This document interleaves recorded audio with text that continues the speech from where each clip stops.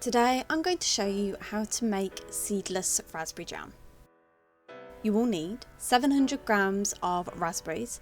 I've used frozen ones, but you can use fresh or frozen, both are good for the recipe. 550 grams of granulated sugar, 200 milliliters of water and 2 tablespoons of lemon juice. In a saucepan, put your raspberries, your water and your lemon juice and boil these over a low heat. Basically what we want to do is release as much juice of the raspberries as possible, so then we can strain out the seeds later. So just boil it down until as much of that raspberry juice has been released. Then strain this through a sieve. What I tend to do is try and mix the pulp around a bit just to try and release as much of that raspberry juice as possible.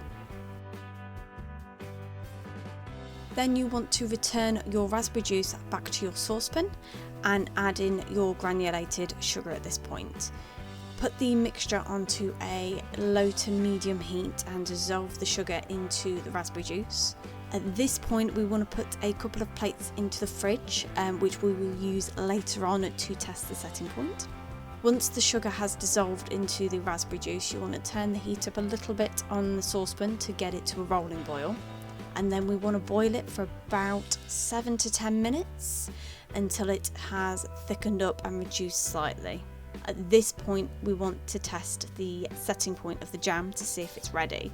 You're always safer to test it earlier than to test it late. So if you overboil it and take it past the setting point, it won't set. There's no amount of boiling that you can do to make it set. So always test slightly earlier than you think. That's why I always put a few plates in the fridge earlier on to make sure that we've got plenty to test on. So when testing your setting point of your jam, make sure you take the jam off the heat.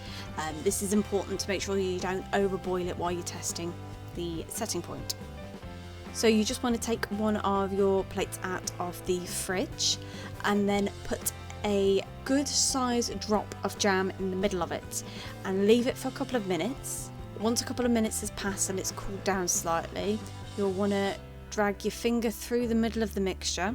If it wrinkles, it's ready. If it doesn't, it needs another minute or two to boil. I always do a minute at a time and then try it again. But yeah, once you wrinkle the jam on the plate, it means it's ready to set. Then simply put your mixture into your pre-prepared clean jam jars. A nice little tip on this one is if you put the lids on the top of the jars while the jam is still warm, as it cools it creates an air seal which should keep out any bacteria and should help your jam to keep longer in the cupboard.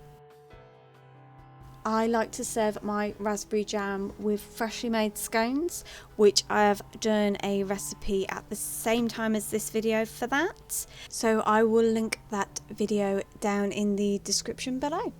And there you have it. That's how you make seedless raspberry jam.